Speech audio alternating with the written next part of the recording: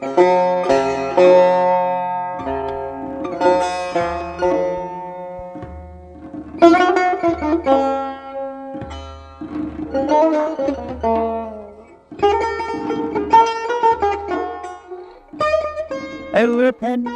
قايم خليكي ونملانكم أي وطن سلطان جان درب دربانكم درحابا قادر جان ديناراتن الوطن قوام حالكم لطالانكم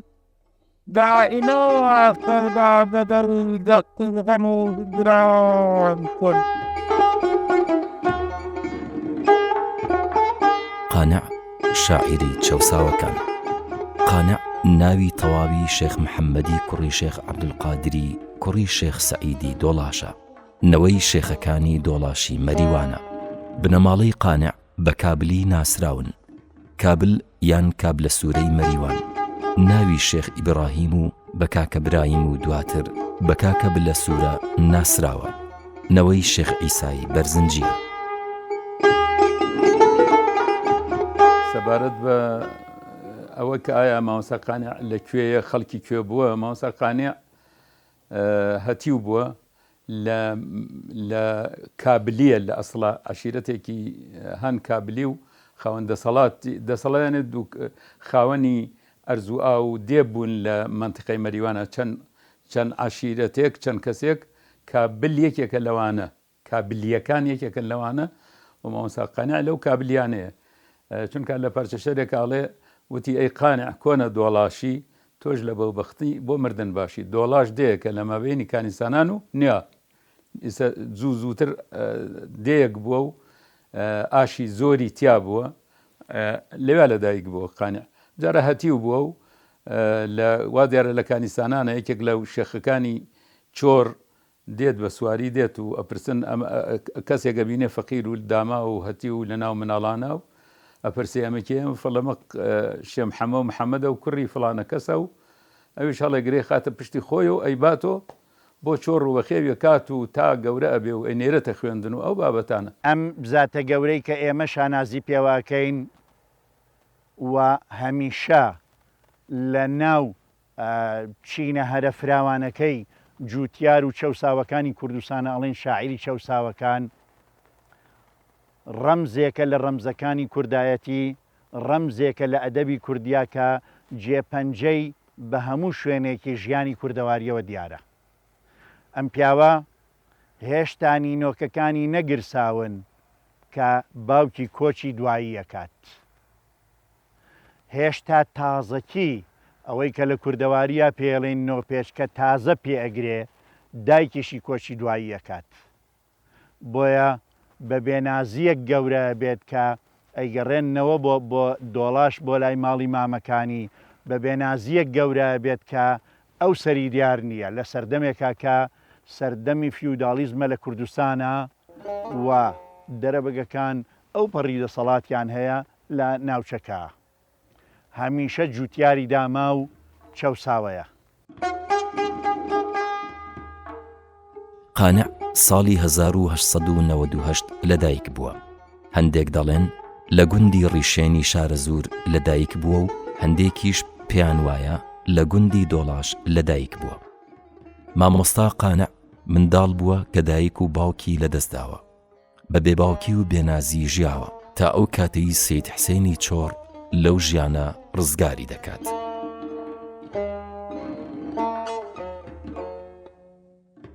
لەوێوە وێستگەیەکی تری ژیانی قانع دەست پێەکە کە یەکێک لە سەیدەکانی چۆڕ بەزەی پیاەتەوە و بە ئەسپەکەیەوە بە ناو دۆڵاشا تێئەپەڕێت و بەر یاریەکەیان ئەکەوێت. کاتێک کە قانع دەسە کاتە گریان لە مناڵیە ئەڵێن ئەوە مناڵێکی بێنازە، هەم دایکی نییە هەم باوک، بۆچی ئاوا بێنازت کرد؟ ئەگری ئەلەوەوە بەزەی پیاە دێتەوە و ڕایەکێشێتە لای خۆی، چونکە سەیدەکانی دۆڵاش هەمویان خەڵکی بەڕێز بوون، خەڵکی چاک بوون. ئەنجارە ئەم پیاوە ئەیباتەوە بۆ لای خۆی بۆ چۆڕ و لەوێ جل و بەرگ و ژیانێکی تری بۆ دابینەکات و ئەشی خاتە فەقەیەتیەوە کە ئیتر دەرس بخوێنێ لە مزگەوتەکانە لە حوجرەکانە. پێشەوەی قسە لەسەر فکری قانع بکەین پێویستە ئەو بارودۆخە بخوێنینەوە و ئەو بارودۆخ و ژینگەی کە قانعی تیاژیاوە لە بەرچاوی بگرین کە قانە خۆی وەک لای هەمووان ئاشکرایە ساڵی لە ئەیلولی 1990 لە دەی ڕیشێن لە بناری شارەزور لەدایک بووە پاژەوەی دەرەبەگەکان لە ناوچەی مەریوانەوە خێزانەکەیان دەرەکەن و یەنە بناری شارەزور. قانع کە تەمەنی ئەگاتە 40 ڕۆژ باوکی کۆچی دواییەکە دوایی کە ئەکرێتە سەر پێ و پێڕۆکە بێ دایکیشی کۆچی دواییەکە بەبێ کەسی ئەمێنێتەوە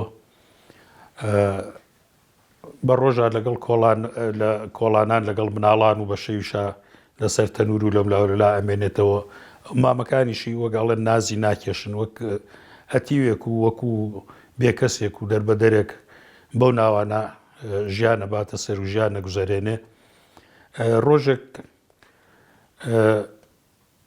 وەک لە دیوانەکەی ئاماژەی پێکراوە لە کۆڵان لەگەڵ مناڵانە یاری ئەکا یاری بە قوڕ خانوویەک دروست ئەکات سوارچاکێک سوارێک بەویا تێپەڕێت قاچی ئەسپەکەی بەر ئەکەوێتە سەر خانووەکەی قانع کە دروستی کردووە ئەیشێنێت و قانعی ژۆک مناڵێ ئەوەی پێ ناخۆشە بێت و دەسەکا بە گریان زۆر ئەگری. کەسێک لەو لاودانیشتۆ بە سوارەکە ئەڵێت تۆ ئەو مناڵە کە گریان نەزانی چییە ئەڵێ نایناسم ئەڵەمە کوڕی شێقاری شێخ سەعیدی دۆڵاشە ئاغا حوسێنی ناوە بێ ئەو سوار چاکە دیارە خزمایەتی و ناسراویان هەیە بۆیە ئەویش بەزەی پایێتەوە و ئەڵێ ئەی چیەکە لەم سەر کۆڵان و لەم جادانە ئەڵێ داکی ئاوا بۆ شوێ کۆچی دوایی کردووە باوکی بۆ شوێ کۆچی دوایی کردووە مامەکانیشی نازی ناکێشن ئێستا ئاوا لە کۆڵان و لەسەر تەنور و لەو شوێنانە ژیانە باتە سەر. ئاغا سەیحسێن بەزەی پیایەتەوە و هەڵی ئەگرێ لەگەڵ خۆی ئەیباتەوە بۆ دەی چۆر لە مەریوان لەوێ بە خێوی ئەکات و ئەیخاتە بەر خوێندن و تەوان لە حوجرە و پەروەردەیەکی باشیەکە قانع خۆی هەر لەم بارەیەوە ئەڵێ هەزار ڕەحمەت لە ئارامگاهی بەرزی سەیدی چۆڕی کە مناڵ بووم بە لوتفی خۆی مەساری ژینمی گۆڕی. لێرەوە ژیانێکی تازەی قانع دەست پێەکات. مناڵێکی بێناز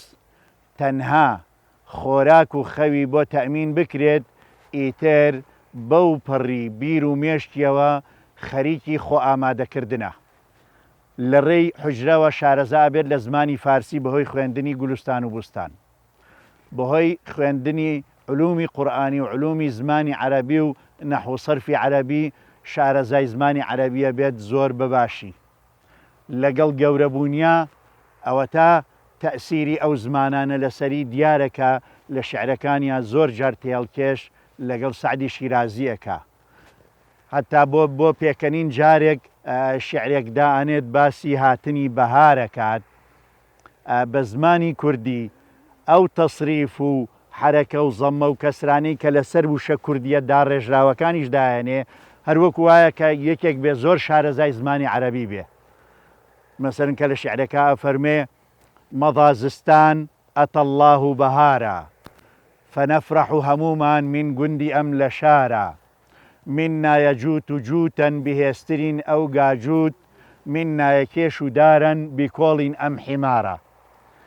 ئەمتی هەڵکێشە بەکارهێنانی هەندێ وشەی عەرەبی و داڕشتنی فەرمانەکان کارەکان لە زمانی کوردیە وەک ئەوەی کە لە عەرەبیا تەصریفی بۆ دانرێت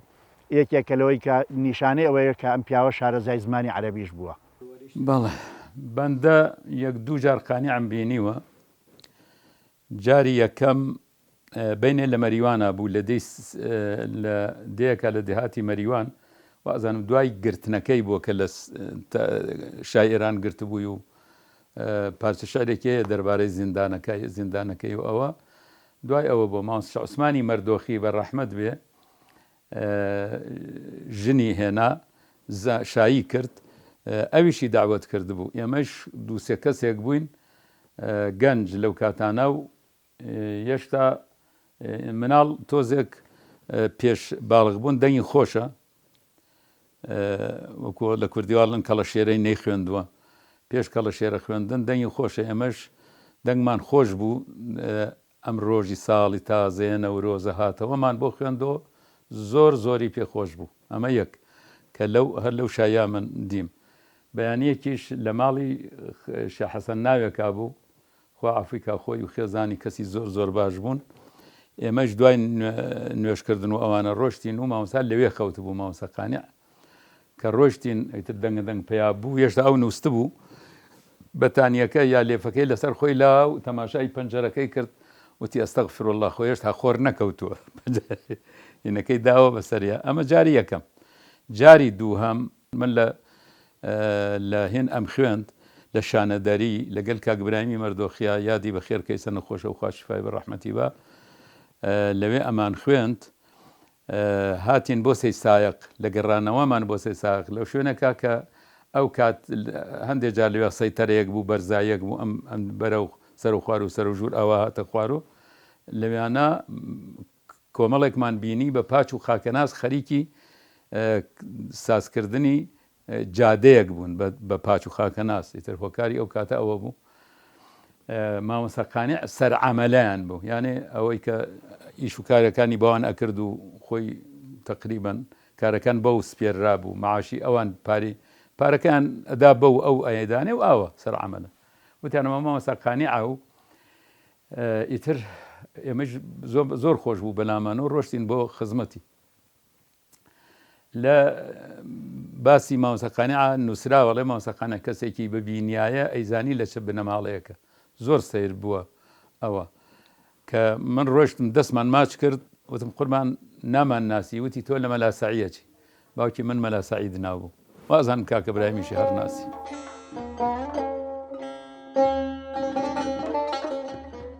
ساڵی 1954 ماڵی دێتە سەید سادق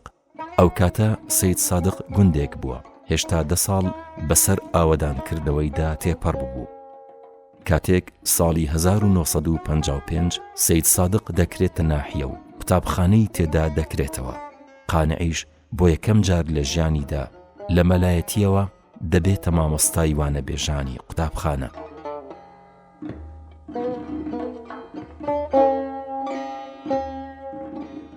پێنج تاعین بووم لەوێ 56 ئەویش بۆچی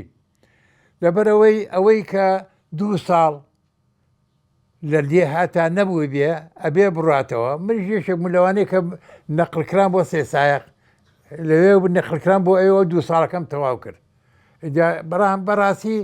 ئەوەی شانازی بوو ئەوەی کە ئیسراحەتم تیا کردو ئەوەی کە بەختەوەر بووم تایە لەگەڵ مامۆستا بوو لەو جۆوەی کە ئەوێ هەکەوا هەمووی زۆرمان ئاهلی سلێمانی بووین و قینمانەکرد لێ تایەکی زۆر بەڕێز و قسە خۆش و دانا و زیرە بوو حەزی ئەکرد دائیمە خەریکی ئیشی دیانەت و کوردەواری بین چامان لە فەقیر و هەژار بێ ڕێزی گەورە بچوو بگرین ئێتن تووشی نەهامەتی نەبین یارمەتی برادەر و کەسوکاری فەقیر و هەژار بین دائیمە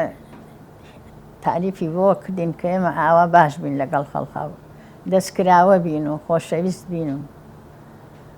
خەریکی ئەو بابەتانە بین خۆی هاوارێکرا ئەیگو من پەروەردە و دروستبووی ئەم خاکەم شارە زۆر و بەڕاستی چەند دانیشتێک کە تەعاروفمان کرد لەگەڵیا ئەتە من هەر حەزمە کرد لێ نزیک بوومەوە معلوماتێکی زۆریم لێ وەرگرت و ئەوە بووکەوە تقریبا محتەمەلە جەناب باسی بکەی بە ناوی منەوە کەوا ئەو لە سێ ساقا شێ لێ بووە ئەو کاتە مدیری ناحیە محسین خۆجە بوو و عوسمانی مەلا هیچ شورتە بوو پۆلیس بوو لەوێ ئەتر بەڵام من زیاتر کە ئەو ناخە و ئەو هەستەی کە ئەو دەری ئەبری زیاتر بەرامبەر بە هەژار و لێ قەوماوانی میلەتەکەی بوو و جگە لەوەش شارەزایەکی زۆری هەبوو لە مێژووی کووردا یعنی دوڕێیەک بوو لە جوانترین ئادەمیزاد کە خزمەتی حەزی بە خزمەتی میلەتی کورد دەکرد و خۆشی بەخت کردبوو هەتا تەنانەت ئەو داستانەی کە بۆ کاکەوریای کوڕی نووسی ئەو وەسێت نامەیە ئەمە دەنگێکی زۆری یایەوە. لە قوتابخانەی سید سادق ڕۆلی بەرچاوی دەبێت لە پەروەردەکردنی قوتابیەکان بۆ ڕەوشت بەرزی و ئەدەب دۆستی و پاراستنی ژینگە و دارستان و دوورکەوتنەوە لە ڕاوکردنی ئاژەڵ و باڵندە و گرنگیدان بە گوڵ و نەمام. گرنگی بەلایەنی ئاین و نیشتیمان پەروەری یەکێکی دیکە لە خەسڵەتە بەرزەکانی قانع بووە. دائما گونێش بکەم ڕوو بکەنە خوا یارمەتی فەقیر و هەژار بن ئێتر دەرزی قورئانی پێوتین. من لە ساڵی 1956 لە 20 دەی 55 تاعین بووم بە مامۆستا لە دەرگەزێنی هەمەوەند. دوو دەرگەزێنی بابە عەلی هەبوو، دەرگەزێنی مەحموود فەقێ محەمەدی هەمەوەند بوو. من لەوێ بووم، ئەو کاتە زەمانی عومەر عەلی بوو. دوایەوە نەقل بووم بۆ سەی سایق. لە سەی سایق ئەوە بوو ئەو هەموو گەورەترین سەروەتی من و خۆشەویستی من لەگەڵ مامۆستا قانیعا بوو. بەڕاستی ناوەکەی گون نەکردووە، قانیع بوو بە ژیانی ئەو سەردەمە، قانیع بوو بە بەختەوەری میلەتی کورد، قانیع بوو بەوەی کەوا شارەزایەکی زۆری هەبوو لە ڕووی مێژوو، لە ڕووی داستانەوە، لە ڕووی شعرەکانیەوە. شعرەکانی هەمووی ئەکسەریەتی بۆ هەژار و بۆ گەنج و لاوی کورد بووە. دائما حەزی لە گوڵ و باخ و حەدیقە و شت بە دائما بەکارێ بەرهەمی بێنن، خەریکی گوڵ و باخ بن. تقریبی 20 قوتابی 25 قوتابی هەڵبژارد، 4 نەوە گوڵ گۆرانی بەسەرا بڵێنێکی، هەر 4 و 5 بەجار یەک گوڵ. من گوڵی سوور بوو. جارێ هەمووی بە یەک ئەو گوڵەکانیان ئاوا لێکرێ، ئەیانگو ئێمە گوڵین، چەپکە گوڵین، بەختیاری و خۆشی دڵین، بە دەنگ و ئاوازی بەستە گوڵ پەخشانەکەین بەدەستە. اینجا من ئێمە ئەماگو جەماعەتی ئێمە 5 کەس بووینەوە بوو. گوڵی سووری گەشی ناوباخ ڕا ئەماڵێ هێرشی داخ، ئەی گوڵ ئەی گوڵ. اینجا دیسان هەموو ئەمان گوتەوە ئێمە گوڵین، چەپکە گوڵین، بەختیاری و خۆشی دڵین، بە دەنگ و ئاوازی بەستە گوڵ پەخشانەکەین بەدەستە. ئەنجا گوڵی سپی وایە کرد، جەماعەتەکەی گوڵی سپی بەدەستەوەی هەمووی.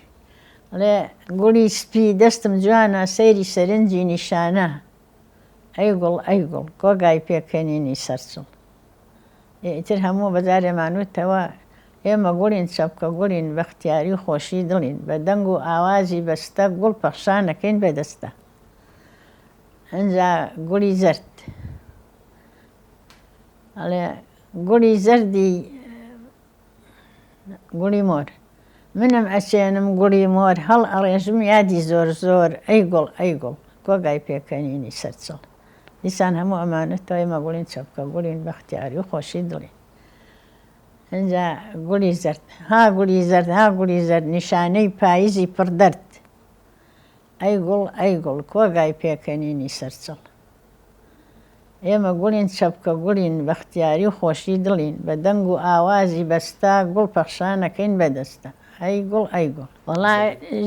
ژینگەی لا خۆشەویست کردم، باخ و گوڵ و حەدیقەی لا خۆشە. دایمە حەزەکەم خەریکی باخ و حەدیقە و گوڵ و شت بم. دایمە حەزەکەم لە ڕەگەڵ ڕەفیق و برادەرە یارمەتدەریان بم، یارمەتیان بم، یارمەتی فەقیر و هەژار بم. حەزم لەو شتانەیە کە ئەو فێری کردوین. دایمە دەروونمان پاک بێ، خۆشەویستی لە دڵمان نابێ، خراپەی بۆ کەس نەبی، خراپەی کەسمان نەوێ، وەک برا خوشک بژین پێکەوە. قانیع کۆمەڵگەیەکێوە کە تایە ئاسوودە بن و تاکەکان تایە سەربەرز بن. لە هاتنی قوتابخانە بۆ پێنجوێن و شیعرەکانی برا گەورەی کە ئەو پێوت کاکە مفتی پێنجوێنی لە دەڤەری پێنجوێنە زۆر کاریگەریان لەسەر قانیع دروست کردووە کە هانی گەنجەکان بات بەرەو خوێندن و هەمیشە تاکید لەوە بکات کە بە زانست و زانیاری کۆمەڵگە پێشەکەوێ و دەردوناسۆری کورد لە شیعرەکانیا کە وەسفی ئەکات لە پێش هەمویانەوە نەخوێندەواری و نەزانیە. پاشان لە کۆماری مەهاباتا بەشداریەکات لەگەڵ مفتی نەمرا ئەچن لە کۆماری مەهاباد بەشداریەکەن پاشان کە دێتەوە بەم دەبەرە دوای کۆمارەکە لە زۆر شوێنی کوردستان جێپەنجەی دیارە مەسەرەن لە دەڤەری شارە زورە مامۆستایەتی کردووە چەند ساڵێک لە سەی سایەق لە دێهاتەکانی دەوری پێنجوێن لە کەوڵۆسەوە بیگری تا دەیت بۆ گەڵۆز لە بەرەو شارباژێڕەوە تا دەیتەوە بۆ بناوە سووتە و تا دواتریش کە دێتەوە ئەم گوندەی کە ناوی لەنگە دێە و ئێستا مرقەدی پیرۆزی لێرانێژراوە قانیعەتێکە لەو داهێنەرە گرنگانەی کە هەمیشە بیری ئەوەی کردوێتەوە کە ئاشی ئاو بنێتەوە و پسپۆر بووەتیایە و پیشەی ئاشەوانیەکە ئەگەرچی بە کولەمەرگی پێیژیاوە بەڵام پیشەی ئاشەوانی کردووە لەگەڵ کوڕەکانیە هەمیشە هانی داون بۆ ئەوەی کە ژینگە پارێز بن کوردستانیان خۆش بوێت من پێم خۆشە شتێک کە بەلای من وایە بۆتە هۆکاری ئەوە کە قانیع خوا لێی خۆش بێ ئەوەیە جارێ لە دێکا بووە لە مەریوان بە ناوی کاڵ ئافرەت ئێچێتە خزمەتی ئەڵێ مامۆسا وەکو عادەتی ئافرەت ئەڵێ خەجاڵەتم شەرمەندەم لە خزمەتتا شتێک هەیە ڕووشم نییە بێڵێم بەڵام ناچارم بێڵێم ئەڵێ ئافرەتەکە ئەڵێ بێزووەکە بێزوو ئەو حاڵەتەیە کە ئافرەت وەختێک حامیلە ئەبێ ئەوەڵجار ئارەزووی بازێ خواردنی جۆرە و جۆر ئەکات و ئەڵێ بێزووەکە بێزۆکەش بە گۆشت ئەیکا خۆشمان حیوانی زۆرمان هەیە نەڕووم هەیە بڵێم نە بیژڵێم بۆم سرە بڕن چیم لێەکەی ژەڵە وڵا خۆشکە منیش بێزووی پێکە وەڵاهی بەڵام بە یارمەتی خوا سبەینێ ئەو گەلە گۆشتێکی بۆ ئەەکەم من و تۆ و تەواوی ئاوایش تێر بخۆن ئەڵێ تر بە تەمارم ئەڵێ ڕۆڵا بە تەمارمە بڕۆمەوە ئەڵێ بڕۆڕۆ ئەم جارە مامۆساقانە کاغەزێک ئەنووسێ بۆ ئەیابە ناسراوێکی عاقڵ ئەڵێ لە وەختی نوێژی مەغریبا دەست بەرزەکەمەوە اللهم رب هذه الدعوة التامة ئەڵێم لەو کاتا بڵێ مامۆسا ئەم کاغەزە بۆ تۆ هاتووە خەڵکەکەیش دەروێژ بوون خەڵکی دێک مریدی شێخێک بوون ئەڵێ ئیتر بێ بە دەستمەوە ئەوش ئەڵێ باشە لەو کاغەزەکە خۆی نووسیوێتی لە وەختی اللهم رب هذه الدعوة التامة مامۆسا کابرا هەوارەکە مامۆسا گیان پەلەمەکە ئەم کاغەزە بۆ جەنابە هاتووە ئەویش تەماشایە کات و سەرراوە شێن ئەڵێ سبحان الله ئەم مەشایخ و ئەولیای خوا چەندێک خەمی مرید و منسوبی خۆیانیان هەیە و ئالەم بابەتانە ئەڵێن مامۆسا گیان چییە ئەکاڵێ ناوی مەشایخە با ئیتر خەڵکەکە زۆر گرنگە بێ بەلایەنەوە ئەڵێ وەڵا شێخ فەرموویەتی بەڵایەکی زۆر گەورەتان بەسەروێ خێر و ئیحسان بکەن سەدەقە بکەن حیوان سەر ببڕن بەڵکو خوای گەورە ئەو بەڵاتانە لە کۆل کاتۆ ئیتر یەکی ئەڵێ من بزنێک و یەکێتر ئەڵێ من مەڕێک و بەیانی گەلە گۆشتەکە ئەکرێ نەک ژنەکە و مامۆساقانە تەواوی ئاوایی تێرە خۆن ئەو وەختە سەلاجە وشتیش نەبوو بە فرگرە وشت نەبووە ئیتر هەموو بەباشی تێران خواردووە و جاڵێ مامۆساقانە ئەمە من ئەیڵێم مامۆساقانە هەر بەوە خۆ عەفوی کرد و تەوا دوو نووسەری ئەو کاتەی شاری سلێمانی بەناوەکانی عەبدوڵڵا میدیا و عەبدوڵڵا ئەژدەر هەروەها شاعیر مامۆستا عەلی عەبدوڵڵا سۆفی ناسراو بە عین شەونم هاوشانی قانع مامۆستای هەمان قوتابخانە بوون کەشێکی ئەدەبی لەو شارۆچکە نوێیە دەئافرێنن و ڕۆڵیان دەبێت لە هۆشیارکردنەوەی خەڵکی شار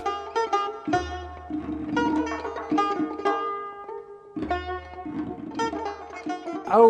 گولاجە قسەی خۆمان بێ ڕۆنماسی بوو کاتی خۆی هەموو مەکتەبەکان خواردنیان هەبوو قوتابی لە سێ و لە پرتەقال و لە شیر و لەمانە بەڵام ئەو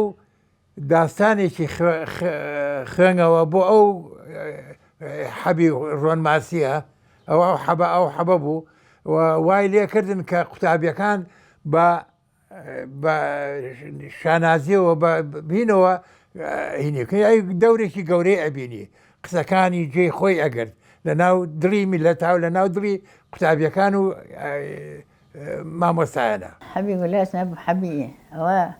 لەگەڵ شیرە ئەماخوا لەگەڵ شیرە هەموو بەیانێک کوپێ شیر و ئەو کەپسولەیان ناینە کەپسولێک ئەڵێ کەپسولی تام و بۆن خۆش زادی فکر و بیر و هۆش هاوتا شیری پێویستی کە قوت مای ناوەستی یەکسەر ئەچیتە خۆرگا کەڵکت بۆ دڵ و جەرگە تێکەڵ ئەبی بە خوێنمان ئەبیتە هێزی دڵمان. قەنەع شعری زۆری هەن کە لە دووتوێی دیوانەکەیدا چاپ نەکراون. دۆستانی ئەو ئێستاش زۆر شعری قانعیان لایە کە تا ئێستا بڵاو نەکراونەتەوە. ئەم قوتابیەی قانع ئەم شعرانەی لایە کە تا ئێستا بڵاو نەکراونەتەوە. ئەڵێ یادی شێخ مەحموودی نەمر ئەی دڵ ئەی دەریا پڕ لە خوێنی گەشت کولولی هەژار دیری چارەی ڕەش هەڵکەرە باسی گریە و ڕۆڵە ڕۆ با بکولێتەوە زامی پڕ لە سۆ کام زام ئەو زامەی دڵ ئەبرژێنێ پەڕەی ناسکی هەڵ ئەقرچێنێ ئەو زامەی دووری قارەمانانە لە دڵی گەلێ کوردان نیشانە یادی کۆچ کورد و پێشەوای دڵسۆز شێخ مەحموودی نەمر سەربازی ڕۆی هۆس کام شێخ کام مەحموود کام نەمر ئامان قارەمانی گەل کاوەی کوردستان ئەو شێخ مەحموودەی لە ڕێی ئازادی بوو بە میوانی بەندەی بێدادی ئەڵێ ئەی دڵ لە ڕچەی شیوەن نەسڵەمەیتەوە پەترۆی برینت با بکولێتەوە توخوا با بکوڵێ قوڵپەی گریانت بڵێ ئەی نەمر دڵ بە قوربانت گەل لەسەر بڕوای تۆ هەڵ ئەسوڕێ لە ڕێی ئازادی دڵی ناگۆڕێ ئەی برای پشتی هاو نیشتیمانم هاو بیر و باوەڕ هاوڵ زمانم من و تۆ هەردووک زادەی یەک خاکین یەک بۆ یەکتری تەواو دڵپاکین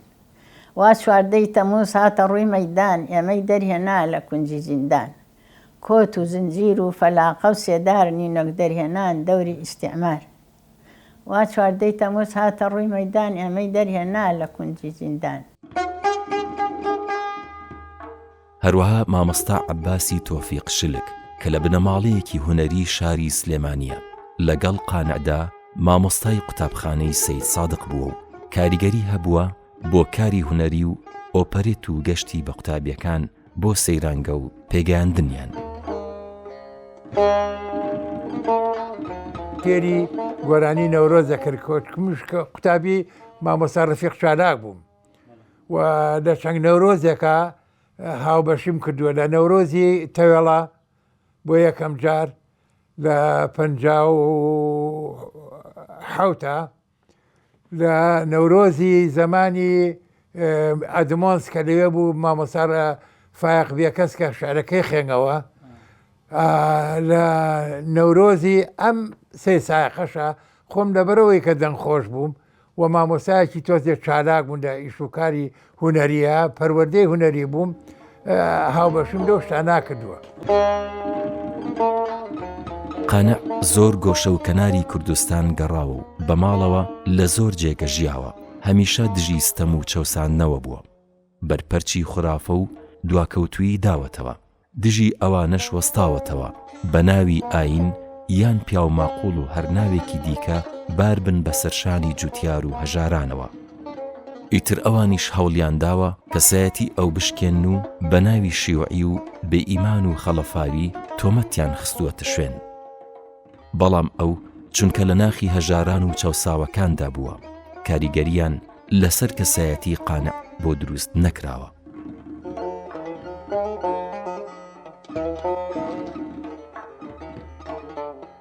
بارودۆخە نەتەوایەتیەکە بارودۆخە کۆمەڵایەتیەکە بارودۆخە ئابوووریەکە یعنی ئەمانە هەموو کاریگەری لەسەر هەم شیعرەکانی قانع هەبووە هەم لەسەر فکری قانع هەبووە. ئەو سەردەمی کە قانعی تیا ژیاوە طبعاً سەردەمی داگیرکاری ئینگلیز و کۆتایی هاتن بە خەلافەتی عوسمانی و هاتنی بەریتانیەکان بۆ عێراق و بەریتانیەکانی ژۆک ئەزانین ئەو سیاسەتەی کە پەیڕەویان کردو بۆ ئەوەی سەیتەرە بکەن بەسەر ئەو گەلانی کە داگیریان کردوون و ژێردەسەیان بوون سیاسەتی پەرتکە و زاڵبەیان جێبەجێ کردووە بۆ ئەوەی جیاوازی و تەفرەقە بخەنە ناو چینەکانی کۆمەڵگەوەوە تەواوی ئەو شار و وڵاتانەی کە دەستیان بەسەراگرتوون. ئەمەش لای قانع ناخۆشە بێت چونکە قانع وەک ڕۆشنبیرێک هەست بە ئازادی میلەتەکەیەکە حەزەکە میلەتەکەی سەرکەوتوو بێ حەزەکە ژێردەسەر نەبێ لەبەرەوە بەرەنگاری بە شیعرەکانی لەگەڵ کۆمەڵی ڕۆشنبیری ترا بەرەنگاری ئەم سیاسەتەی ئینگلیزەکانە بنەوە بە تایبەتی کاتێک کە ئەزانە ئینگلیزەکان کۆمەڵگەکە ئەکەن بە دوو بەشەوە لە ڕوە ئاینیەکەوە ئەیانەوێ چونکە ئەزانن کاریگەری حوجرەکان و مزگەوتەکان و پیاوە ئاینیەکان و کەسە ئاینیەکان زۆرە لەسەر کۆمەڵگە و کۆمەڵگە گویان بۆ ئەگرێت هەوڵیاننا ئەم کاریگەریەی ئاین لە ناو کۆمەڵگایە کەم کەنەوە بەوەی کە چەند کەسانێکی یان هەنێ خورافات و ئەفسانە و شتی پرۆپوچیان تێکەڵ بەدین کرد و کەسانێکیان دروست کرد کە جێبەجەکەری سیاسەتەکەی خۆیان بن. قانع دوای ئەوەی کە لە حوجرەکانەوە یەکەمین قەڵەمی ئەخاتە سەر کاغاز و وەک ئەوەی کە لە بنەماڵەی شێخانە بۆ باپیرە گەورەی بۆ حەزرەتی محەممەد درودی خوای لەسەر بێ ئەلاوێتەوە و ئەڵێ یا محەممەد لێو بەبار و دڵ بە گریانم مەکە ئەی ڕئیسی هەردوو دنیا دیدە گریانم مەک ئەم پیاوە لە دینەوە دێتە ناو کۆمەڵگە ئیتر کاریگەری پەخشە بێتەوە بەناو خەڵکە. شعرەکانی تێکەڵەیەکن لە جوانی سروشتی کوردستان، جوانی شۆخەکانی کوردستان، پاڕانەوە و کوردایەتی و نەتەوە دۆستی بە شێوازێکی زۆر ڕێک و پێک و قۆناغێکی تایبەت لە ژیانی هەوڵدان بۆ هەستان و شۆڕش دروستکردن لە ناو چینی جوتیارانە کە ئەو کات چەساوەترین چین بوون و سەردەمی دەرەبەگایەتیە. بۆیە کاریگەری بیری سۆشیالیزم و ئەو عەقڵەی کە خۆی هەیەی بۆ جوڵانی جوتیاران وای لێ ئەکات کە شیعرەکانی نزیک ببێتەوە لەو سرودانەی کە تایە ئەفەرمێ با هەموو جوتیار و پاڵە و ڕەنجبەران یەک گرن تا دەبنە هێز و پشتیوان تا ئەڵێ هەڵتەکێنن ئەم نیزامە بۆگەنە دابڕێژن کۆشتی یەکسانی ژیان. لەو لاشەوە کۆمەلگەیان لە ڕۆچینایەتەکە و دابش کرد بە دوو چینی بۆرجوا و چینی پرۆلیتار ئاغا و دەرەبەیان دروست کرد و کۆمەڵێکیش بوونە جوتیار و بەردەستە و کۆیلە و بەردەستی ئاغا و دەرەبەگەکان ئەمانە هەموو کاریگەری نەرێنیان لەسەر قانە هەبوو بۆیە قانە هەوڵیا وەک ڕۆشنبیرێک هەموو ئەم شتانە ڕوبەڕووی ئەموو ئەم شتانە بوەسێتەوە بە تایبەتیش کاتێک کە نامیلکەیەکی بەردەزەکەوێ وەقایع ئالی ئەردەڵان کە باز لە ڕاپەڕین و شۆڕشەکانی ئەردەڵانیەکانەکە حەزەکە کورد هەر بەو شێوەیە بێت لە ڕاپەڕی نابێت لە یەکگرتوو بێ دژ بە دژمنانی بوەستێتەوە لەبەرەوە هەموو هەوڵێگەیە بۆ ئەوەی کورد یەکگرتوو بێ خوێنەوار بێەوە ئەو بیر و باوەڕە خورافاتی کە تێکەڵ بە ئاینی ئیسلام بۆ خەڵکی لێ دەربێنێت و لێ ڕزگارکە هەوڵی زۆرایات بە شعرەکانی بە ئامۆژگاریەکانی بەڵام بێسوو دەبێت. مامۆستاقانیع بە ماڵۆ لە دەی ئێمە بووە دێ ئێمە ساوای ناوە بەشی ئێرانە هەر بە ماڵۆ لەوێ بووە ئەڵبەتە لە کاتێکان نەکە من بووم زووتر لەوێ بووە و کە سوکاری منی ئەناسی من خاڵوێکم بوو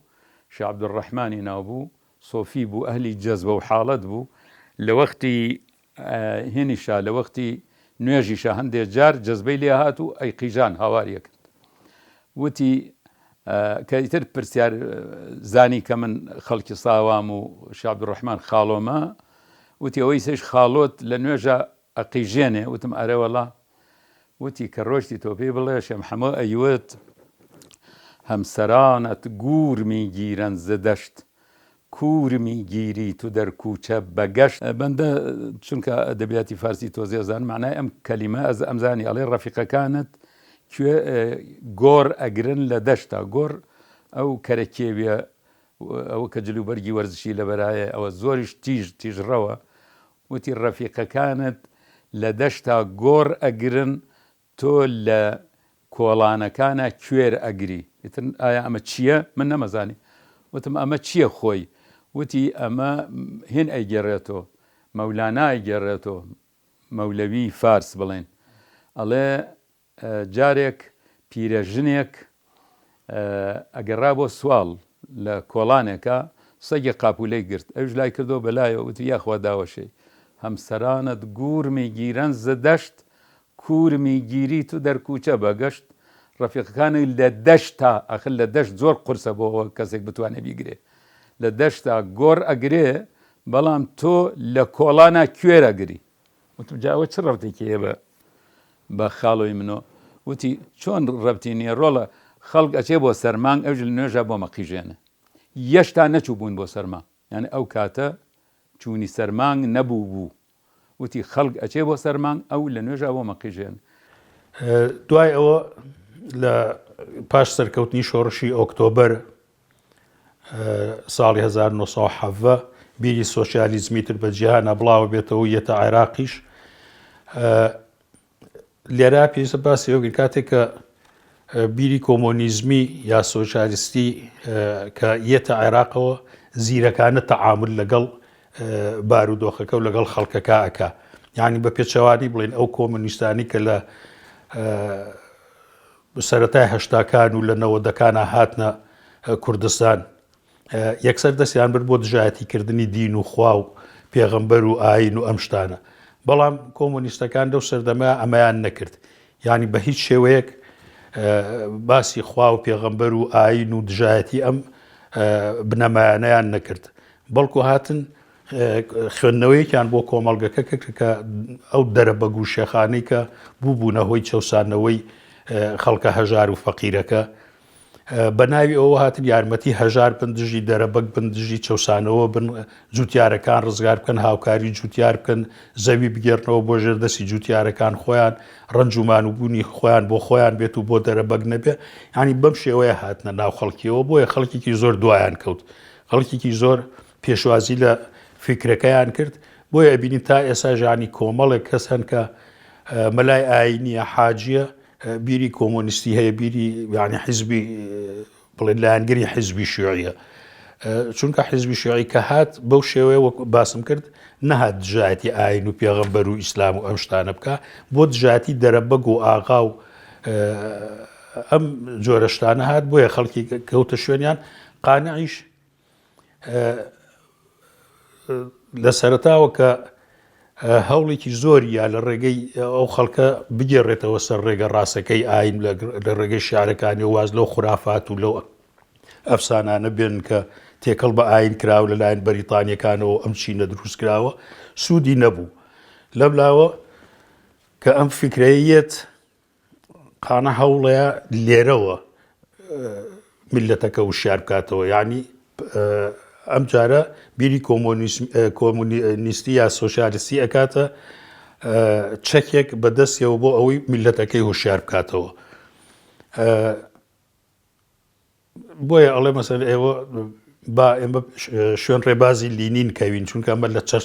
چەرچڵ کە سەرۆگۆزیرانی بەریتانیا بۆ لەو سەردەما لەو ڕزگارمان نەکات و ئەم بیر و باوەڕە ئەبێتە وەکو یاسینی مەرگی بۆرجوا و بەریتانی و دژمنەکان ئەخوێنێ با شوێن ئەمە بکەوین ینی یان ئەڵێ بە دوو قات نەبێ خان و سەراکەت پارەی قاتێکیان بدە بە براکەت ینی لێرە ئەمە ئەو ئیشتراکێتەیە کە قانە ئیدعای بۆ کردووە کە بینیوێتی وەکو وتمان لە سەرەتاوە ئەو چینایەتی کە دروست بە تەبەقەیەکی چینێک زۆر لەسەرەوە بۆ چینێکی زۆر لە خوارەوە بووە قانە هەوڵیاوە کە ئەم مرۆڤانە با یەکسان بن با وەکو یەک بن یعنی ڕووی کردووەتە ئینسانەکان تۆ بۆچی خانوویەکەتە بێت دوو قات بێ بەڵام براکەت لە کۆڵا نابخەوێ یان شوێنێکی نەبێت یا بحەسێتەوە پارەی قاتێکی ئەو خان و دوو قاتت بە براکەت و بە یەکسانی بژین و وەکو یەک بژین شتێکی تریشی ود نسبەت بە کەسێک کە ئەو کەسە من بەلامە زۆر پیاوێکی گەورە و ساڵح و وەلی بە وەلی ئەزانم نامەوێت ناوی بێنم وتی ئەو ساڵی شێخ عەلادین فەوتی کردبوو ئەیوت باران زۆرە باری ئاسمان شینی شێخی عەلادینەکە خراپی قسەیشی پێوت جاوە لە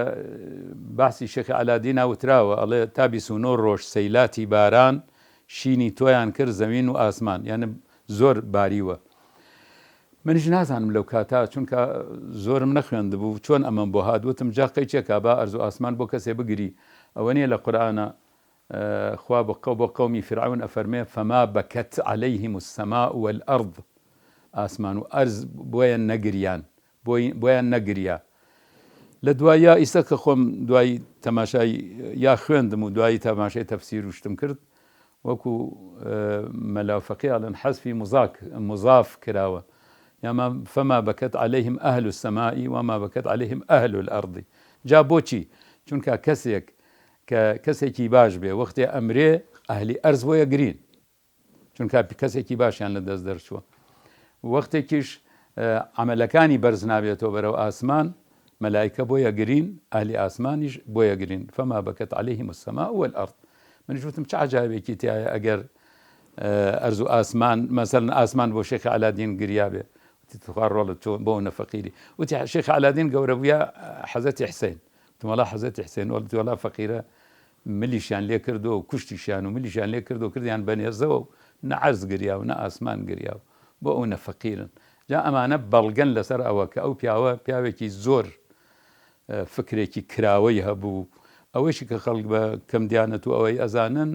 هەر لەبەر ئەو قسانە بووە کە معقول نەبووە بەلایەوە نەچۆتە عەقڵ و ئاوەزیە و لە ڕاستیشا قسەکانی ئەو زۆر وایە لەم هەوڵەشە زۆر هەوڵەیە دیسان لەمەشە وەکو خۆی ئەڵێ لە شارەکانیا هیچ سوودێکی نابێت و دیسان ناتوانێت ئەوەی کە هەیەی ئەو ئاواتی کە هەیەی بێنێتە دی بینی نەتەوایەتی لە مێشکیا ئەچەسپێت ئەنجا بانگەشەی یەکگرتن و بە بانگەشەی پەنابردنە بەر خوێنەواری و سەنعەت و پیشەسازی و ئەم شتانە ئەکات. فکری قانع ڕزگارکردنی گەلەکەی بووە لە دەستی زوڵم و ستەم زۆر ڕێگەی تاقی کردووەتەوە و دوایی گەڕاوەتەوە سەر ڕێگەکەی یەکەمی خۆی کە ئاینە. هەمیشە ئەم پیاوە ڕەمزی خۆڕاگری ڕەمزی سەربەرزی بووە و ئەم واقعی کە ئێستا تایە ئەژین دوورکەوتنەوەمان لە زانست و زانیاری کە خۆمان بەکاری بهێنین و تەفرەقە و لە یەکتردانمان ئەو زۆر بە وازحی باسی کردووە کە ئەفەرمێ برا بن غایەتان یەک بێ برایی غایە یەک بوونە ئەوەی کۆمەک بە فکرت بێ لە هەر لابێ براتانە. قانیعدا ڕێژەرەوەی بیری کوردایەتیە بەو جۆرەی کە بیرێکی مۆدرن بێ بیرێکی پێشکەوت و خواز بێت اعتراف بە گەلانی تریش بکات هەر لە شعرەکانیە قانیعەتێکە لەو زاتانەی کە مێژوومان بۆ تۆمارەکات بە پرسیارکردن لە ئەمین زەکی بەگ و لە کۆمەڵی خەڵکی تر و قولە ئەو بەردە لەو شوێنە نیشانەی ئەوەیە. بۆیە هەمیشە ئێمە وەکو چەوساوەکان وەکو زۆرینەی نەتەوەکەمان شانازی بە قانیعەوەکەین یەکێکە لەو ڕەمزانەی کە هەتا کورد ما بێ ئەمێنێ. خۆی دوو سیفەتی هەبوو سیفەتێکی دینی لەسەر شێوەیەکی ڕاست یەکێک بوو لەوانەیە کە وەکو خوارێ خۆش بوو قازم شەمحەمەی خاڵ کە ئەیگو ئەم ئاەت و ئەم وشانەی هێن قورئان بکەن بە کوردی بۆی با لە ناخی دڵی ئەو میلەتە جێگا بێتەوە. ئەویش زۆر جار من چوم دانیشتم وەکو تەلەبە لەو سنیفی 5 و 6 کە مەسەلە ئاەتەکانی شەرح کرد وەکو یەکێکە اهدنا الصراط المستقیم بماخە لەسەر ڕێگای ڕاست ئەمە کە بە کوردی تێیگەیشت زیاتر ناخین ینی لە ناحی دینیەوە دەورێکی گەورەی نیشمان پەروەریش ئەخستە پاری. ئەجا لە شوێنێکی دراڵە قانەعاتا بەکەی بەشێتی بۆ وەتەن تەکبیرەکەی بێ نەتیجە بۆچی بۆ مردوو وەها تەقریرەکەی یا لە بۆ ئیبرازی جەوهەری خۆتەوە تەحریرەکەی دەک درۆ ماڵی بشێوێ شەرتە تۆش تەزویرەکەی داکەوە لە کونجێ بۆ خۆت چیتە لەم هاتوو چووە. ینی ئەمە ئەوەمان پێڵێ کە قانع تر زاریوێت ینی ئەو هەموو هەوڵی کە یاوێتی بێسوود بۆ کەس شوێنی نەکەوت و کەس بڕوای پێ نەکردووە یان ئەوەی کە قانع ویستوێتی میلەتەکەی دەربێنە لەو خورافاتە دینیە لەو زوڵم و زۆرە چینایەتی و دەرەبەگایەتیە لەو ستەمە نەتەوایەتەکەی بەسەر میلەتەکەوێتی هیچ سوودێکی نەبوو بۆیە لە ئاخیراوە پەشیمانی خۆی دەرەبڕێت و بەم شعرانە باسیەکە. لووتکەی کەڵکەڵەی قانیع کاتێکە کە جەنگی جیهانی برسێتی نامەتی هەموو شتێک دێنێتە ئەم ناوچەیە و لە گەورەبوونیە ئیتر بە کۆتایی هاتنی جەنگی جیهانی و سەفەربەلەک و ئەو شەڕانەی کە هەبوون قانع گەنجێکی مستعد گەنجێکی ئامادە بۆ ئەوەی کە مەلایەکی ئاینی بێت بەڵام کاری مەلایەتیش ناکات و خۆ ئەداتە کاسبی و گەڕان بە دوای کاسبیە. باسیەوەکە لە ئەخیرا ئەڵێ من ئەم هەموو شتەم کرد بێسوود بوو بەڵام من خۆم هەم مەلام هەم نەوەی مەلام هەم دیندارم بەڵام لەگەڵ ئەوەی شاکە من خۆم مەلا و کوڕە مەلام بەڵام حەزم بە ژیانی مەلایەتی نییە حەز ناکەم وەکو مەلایەک بژیم و لەوانەیە مەسەلەکە ئەوە بوو بێ کە باسمان کرد کۆمەڵێک کەس بە ناوی مەلاو بە ناوی دین و بە ناوی مزگەوتەوە زڵم مستەمیان لە خەڵک کرد بێت و خەڵکیان چەوسان بێتەوە بۆیە ئەم شانازی بە مەلابوونەکەی خۆی و مەلابوونەکەی باوکیەوە ئەکا ئەو ئەوێ ئاوا خەڵک ئاوا مەلای بێت و ئاوا دین وەرگێت و ئاوا شوێن دین بکەوێ نەگوەکو ئەو کۆمەڵە هەلپەرستی کە وتمان لەوانێ دەستێکی بەریتانیەکانی تیابوو بێت و ئەو کەسانیان دروست کرد بێ بۆ ئەوەی بە ناوی ئاینەوە خەڵک بچەوسێنەوە ینی سێ قۆناغ بۆ ژیانی لە قۆناغی ئاینی بووە قۆناغی سۆشیالیستی بۆ قۆناغی نەتەوایەتی بۆ لە ئەخیرا وەکو ئەڵێن ئەوەی کە ئەخنکێ لە ئاوا پەلاماری چڵە پوشێگەیە بۆ ئەوەی ڕزگاری بێ قانعیش وەکو ئەو کەسە خنکاوە وا بووە کە لە ناو میلەتەکەیە کە ئەبینێ ینی پەلاماری هەموو شتێکیاوە دەستی گرتووە بە هەموو شتێکەوە بۆ ئەوەی ئەم گەلەی ڕزگار بکات و دەو چەوسانەوە ژێردەسیە ڕزگاریان بکات بۆ لە پێشە بە لە ڕێگەی ئاینەوە هەوڵیاوە لە ڕێگەی نەتەوایەتیەوە هەوڵیاوە لە کە سۆشیالیستیات و لە ڕێگەی ئەوە هەوڵیاوە بەڵام لەگەڵەوەی هەر سوودی نەبوو بۆیە لە ئاخیرا پەشیمانی خۆی دەرەبڕێت و ئەگەڕێتەوە سەر پلێتێک ئاسڵیەکەی خۆی کە کەسایەتێکی ئاینی هەبوو وەکو کەسێکی ئاینی ئەژی و وەکو ئەڵێ واز لەو ئیتر هەموو ئیدعا و هەوڵ و تێکۆشانە ئەڵێ دیارە تۆش خەریکی ڕیابازیت و بۆ دەرخستنی خۆتە ئەم هەموو هەوڵە ئەی لەدانیشە بۆ خۆدیتر لە سوچێکاداکە و خەریکی ئیشی خۆت بۆ ژیانی خۆت بڕێکە. پاش تەمەنێک لە ژینی کوێرەوەری و تاڵ و سوێری ژیان لە کۆتاییەکانی تەمەنیدا دەچێتە سنووری شاری پێنجوێن لە گوندی لەنگەدێ نیشتەجێ دەبێت. ڕۆژی حوتی ئایاری 1965 لە تەمەنی 67 ساڵیدا کۆچی دوایی دەکات و لە گۆڕستانی لەنگەدێ ئەسپەردەی خاک دەکرێت. پاشخۆی سێ کوڕی بەناوەکانی سەلاح و برهان و وریا لێ بەجێماوە. پێنج خشتەکی لەسەر شیعری ڕەشید سدقی. قانع فەرمێ بە کوێری بمخەنە چۆڵێک لە دەشتی بەسرە و فاوە و یا کۆڵکێشی زاڵم بم لە چۆڵی وشک و بێ ئاوە بناڵێنم بە دڵتەنگی لە ژێر باری نەبینراوە سەر و پێ ڕوت و برسی من لە ئەڵقەی ئاسن و داوە لەسەر ئەسپی ئەجەل بگلێم لە گەرمە و گوژمەی تاوە چ سەرخۆشم لە ئەم ڕەنجەی لە ژینی خۆمەدا بردم ئەگەر دیقەت لە ئیشم کەی ئەزانی گیان فیدای کوردم گەلێ پێم خۆشە ئەم شەرتە لە دڵ خۆماکەوا کردم ڕەفیقی بەد ئەبەد ناکەم لە خاکی شاکە من مردم ئەجەل چاکی گرێبانم ئەگەر بگرێ لە ناکاوە لە ڕێی خاک و وڵاتە خۆم ئەفەوتێنم بە مەمنونی کە من سۆزم لە دڵدا بێت چ محتاجم بە مەجنونی وەرە گوێ ڕاگرە لەم شیعرە دیقەتدە لە مەزمونی بفەوتێ با نەمێنێ لاشەکەم بڕوا بە مەحزونی بەلافاوی جەفا سەرکا بخنکێ با لە گێژاوە